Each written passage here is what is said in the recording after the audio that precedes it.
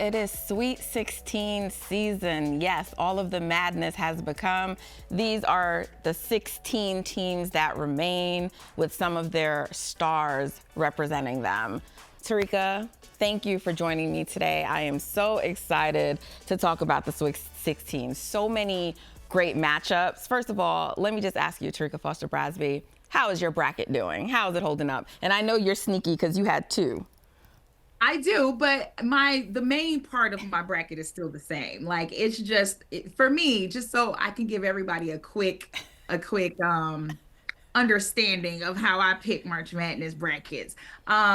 I think the first and second rounds are the funnest rounds, right? Like anything can happen. And so I like to be flexible Oh, in being able to have good first and second rounds. is that what But we're when we calling start it? to move into the Sweet 16 and the Elite Eight, when we start getting here, the bracket don't change. It is what it is, right? So at this point, it is what it is. But I'm doing well. I think I had maybe three. I think I had maybe three incorrect so far. Total. Like on both brackets, like Oh, okay. Yeah. a total of three, like three in one bracket, three in the other. So, and I'm doing really good. I got the little fire sign next to my name, which means I'm hot, I'm blazing, I'm burning. So I'm Okay, doing good. okay. You don't need to gloat. Um, Anyway, we're not going to talk about how my bracket is doing, but it sort of rebounded for the Sweet 16. I still have three that were incorrect, but that's because I thought Norfolk State might upset Maryland. I tried to be a little fun, so I didn't have Maryland getting here. But we'll talk about that later. So anyway, there's so many great matchups, but, I'm going to begin with USC and Kansas State because I think that matchup has become very interesting now because of the injury to JuJu Watkins. And so, I want to pose the question to you, Terrika. What is, this team's ceiling? Because, Kiki Iriafen went off in their round 2 game and stepped up like the way we know she can. But now she's going to be, going against another dominant post in Aoka Lee. And, I think this matchup is interesting. I think there's going to be two really good posts. And there's some other posts. Kiki talked about it in her post-game interview. And, Kansas State, they haven't gotten to the Sweet 16 and I think it's like over 20 years or something like that. So they're going to really, really be wanting to they're going to be coming strong. So what do you think? I think USC can win this matchup, but I want to know, what do you think about this matchup and what is USC's potential ceiling?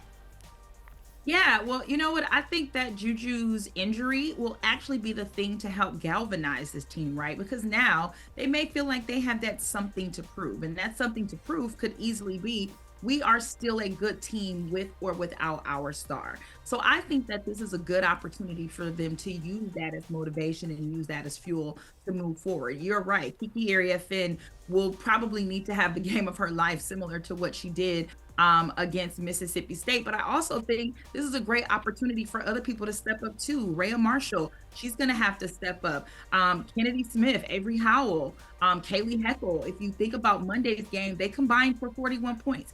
And I think another thing that's going to really be important is them to utilize their defense. They've been a pretty elite defensive squad this entire season, and JuJu Watkins has been the heart and soul behind that as well. So again, here's an opportunity for them to continue to say, we are a good team with or without JuJu, and we're going to continue to prove it. I think Kansas State will probably be the team that they have the best chance against proving that for. Now, if they move on to the Elite Eight and they end up with that potential matchup with the University of Connecticut, I think that poses a different question and a different challenge. I didn't have USC moving past the Elite Eight. I had UConn winning that game anyway, and that was with JuJu. So I can imagine that the task is a bit more challenging now that they don't have her.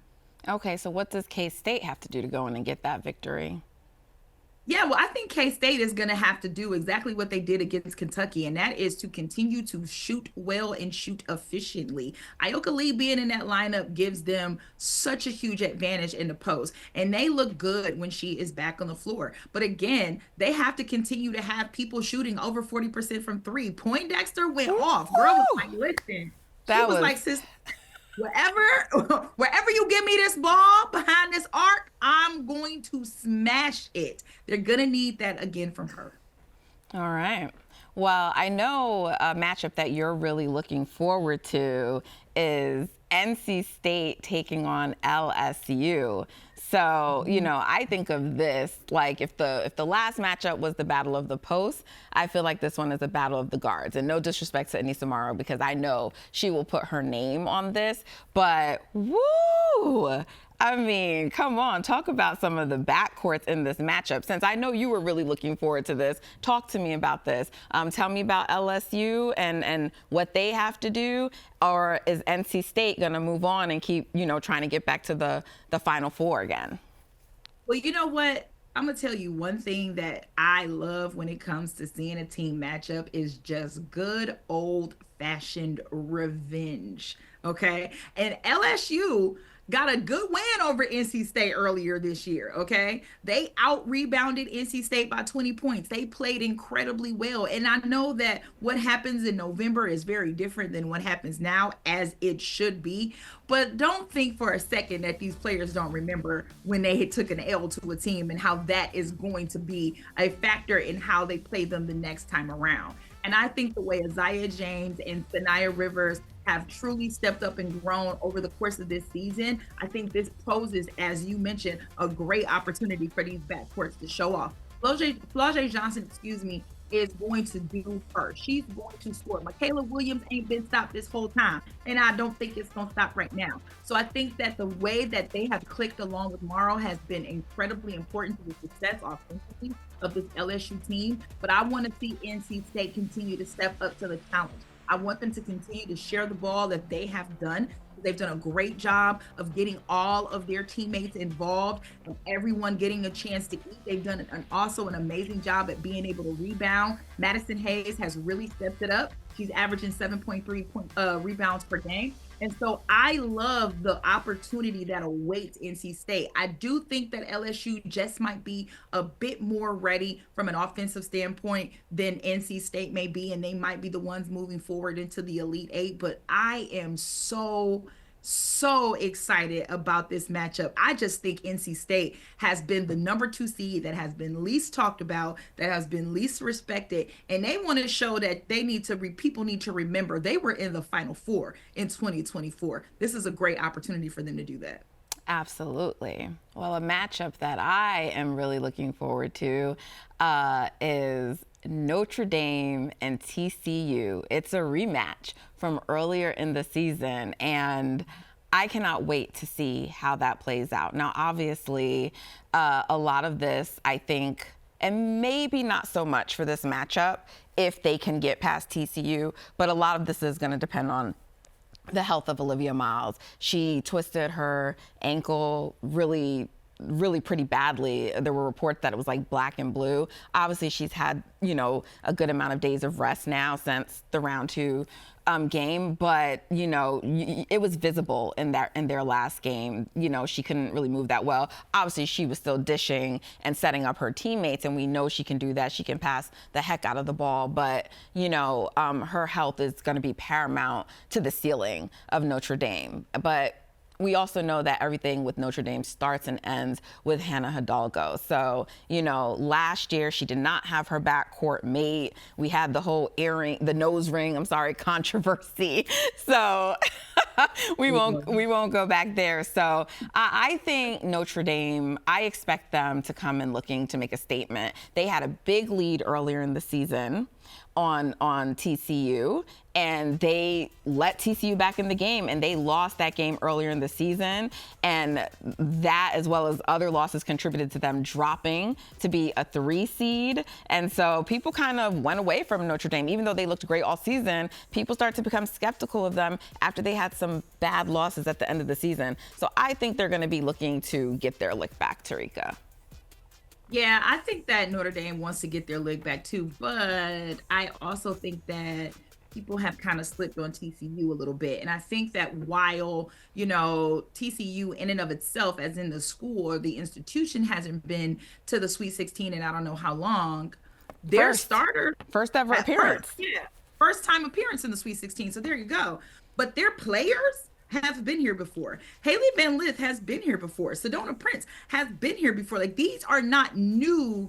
These players are not new to being in this position. And I think that actually just bodes well for TCU. I also think that they have the opportunity to take advantage of whether or not Olivia Miles is truly healthy. And the health of Miles is really going to be a huge point for Notre Dame if they want to continue to move forward in this. And so I know that Notre Dame hasn't forgotten that loss that they took to TCU in November. By the way, a loss that they had a 14-point lead in before Haley Van Lith came in the fourth quarter and said, excuse me, let me remind you of that I am HVL, and you might need to put a little bit of respect on my name. And so I think this is a great opportunity for TCU to take advantage of some of those things. One of the things that I love about this team is that they do a great job of getting inside post presence with Prince and making people have to face her. I think they're going to bring a double team on her, and that will free up and space the floor very well for TCU.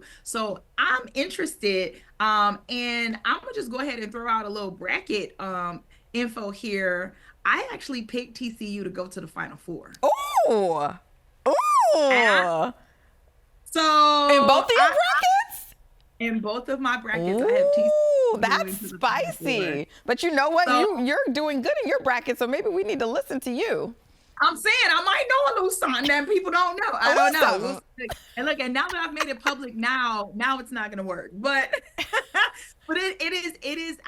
I truly think that this is an opportunity for TCU to really show why they have the Big 12 Player of the Year. I think that it's important for them to really show why they have done well with their assists. I think it's a great opportunity for them to show that they belong here. So we will see what happens.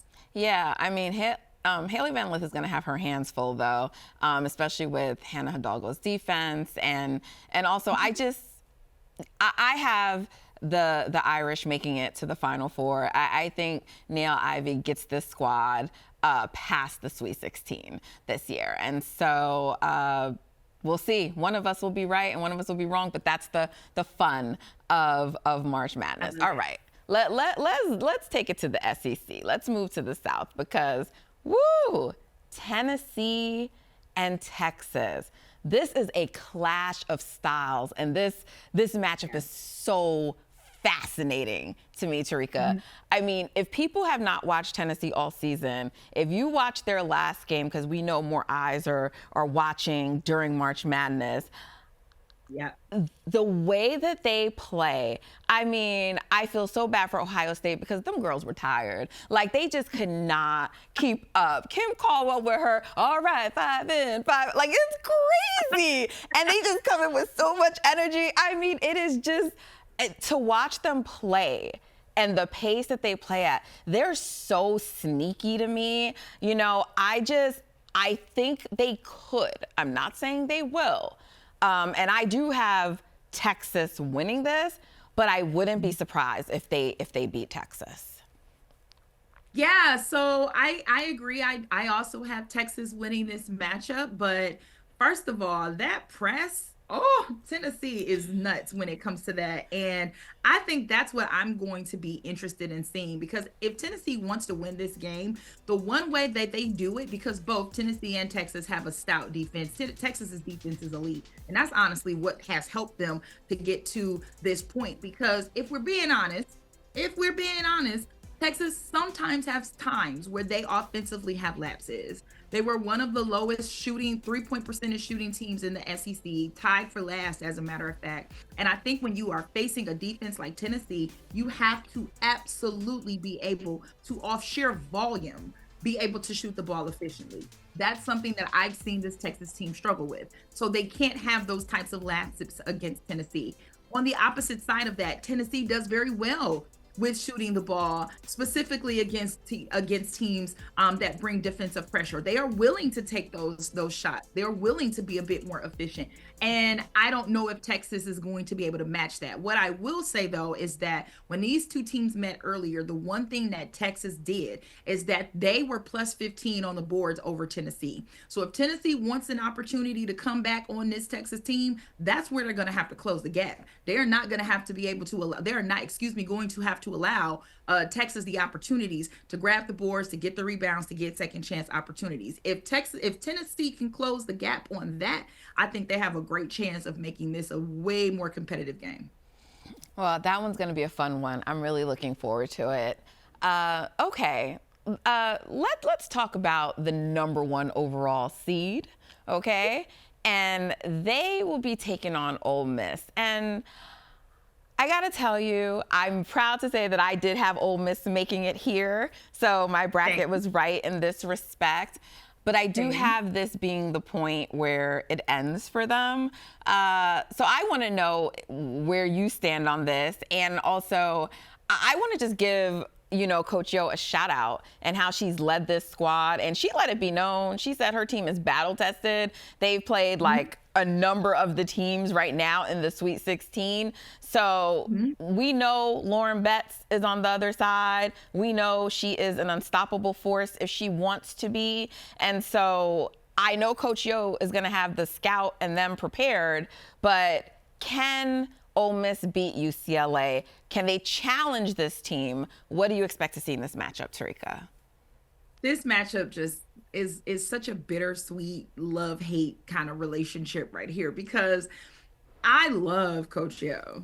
I love Coach Yo. I love Ole Miss. I love what they continue to do. This team was not a team that was in the NCAA tournament consistently before Coach Yo got there. Since she's been there, they've been there 4 times, and they are 2 times making it to the Sweet 16. So to say she has not been a difference maker and a game changer for the Rebels is an understatement, right? This is a team that has played South Carolina. They've played USC. They've played Texas twice. They've played UConn and NC State during the regular season. So they have literally played all of these teams before. And I think that is important for them to know that they can hang.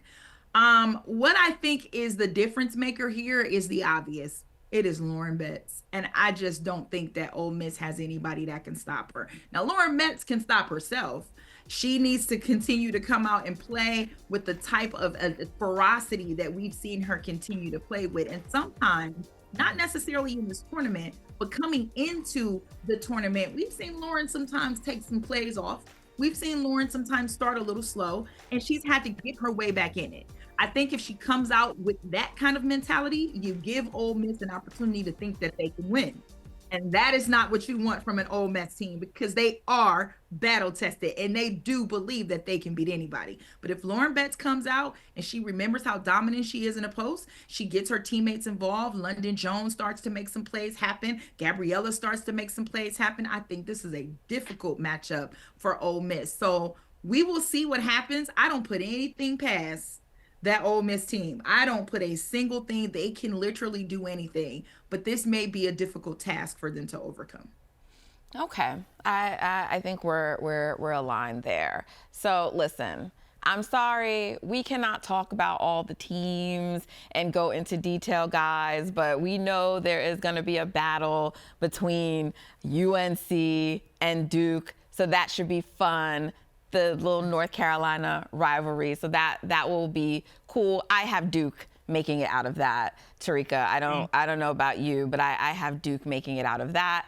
And, I'm sorry. I do think UConn is going to beat OU. So OU is a great team, by the way. So I don't want to undersell who they are. Great team, but I think UConn will prevail there. And so I didn't have much to say about either of those 2 matchups, but I didn't want any of those schools or those teams or those fans to feel like we were not acknowledging their teams. So the final matchup today that we will talk about, Terrika, is South Carolina and Maryland. And you know what? I don't think Maryland is going to beat South Carolina either. But After that spectacular game that Maryland and Alabama gave us in round 2, I felt like we needed to talk about Maryland, because there were some people making jokes like they doing all of this to go face South Carolina. But I mean, that tells you how much these girls want it. And also, like, you just can't, it's a Brenda Free's team, you know? So she's going to have them prepared. I do not think they will beat South Carolina, but I mean, just so many great performances. T. Biasu, Cheyenne Sellers, just so much in that game. And shout out to Sarah Ashley Barker from Alabama. I mean, just a tremendous game, the shot making. And so, you know, Maryland was playing so great this season. And if they were fully healthy, I definitely wouldn't have had them potentially getting upset. And who knows, they could have maybe had a different kind of tournament run, and they may still, right? This is predictive. I don't know what's going to happen, but I do think their run will end here with South Carolina. I have the Gamecocks advancing. I also have the Gamecocks advancing here. I mean, I have got to give it to Maryland. They have had some pretty. Their first weekend was a pretty tough weekend, and I know that the score probably isn't indicative of that, at least in the first matchup, but like I've said, and I will continue to say, definitely got to give some love to the HBCUs that continue to come into these tournaments and show why they deserve to be here and to be properly seated, because Norfolk State gave Maryland all they could, and it was a very competitive game, despite what the final score may indicate. So Maryland had a tough game against Norfolk State. Then they turned around and had a triple overtime or double overtime matchup against Alabama, in which, I mean, seriously, if I drop 45 points and I still don't come away with a victory, I am probably going off on something, right? So I know Sarah Barker was like, my God, I left it all out there on the court and still wasn't able to walk away. And to me, that just shows the toughness of this Maryland team. Cheyenne Sellers is so incredible. Kayleen Smickle, so incredible. They have proved that they deserve to be here, that they can fight, that they will. And I don't think this is going to be, you know, a simple runaway for South Carolina. But South Carolina has depth. They have depth. They have the ability to use so many different combinations. They have such a productive bench. It is just tough to get something over on this South Carolina team. No matter how they start, they just always find a way to finish well. I don't know what Maryland really needs to do to win, but I do think that they should be able to compete, specifically on a glass, if anything else. Yeah, and I know some think because the last game that South Carolina played, they didn't look that dominant, and I feel like there's always an overreaction to South Carolina having a bad or a tough game. And that's the standard they set for themselves because they are judged against themselves. So we just always expect them to win every game and to be dominant. I didn't see anyone losing their minds because UCLA was tied at the half in their round 2 with Richmond, who is a very, very, very disciplined team. So we don't need to always react like this to South Carolina. And you know what? Shout out to Indiana. They just always play South Carolina well. We saw that last year as well. So I don't take much from that last game into this. I agree with you that I think Maryland will put up a fight, but I just think ultimately South Carolina will win that game. No, nobody cares about whether you beat a team by 20 or you beat a team by 2. A win is a win in this tournament, and that's all any team out here is looking for. They don't care about dominance. That's right. Well, I'm looking forward to it. It all kicks off tomorrow. Terrika, Foster-Brasby, thank you so much for joining me with all the great insight and analysis. I always appreciate talking hoops with you. And yeah, let's go March Madness. Yay.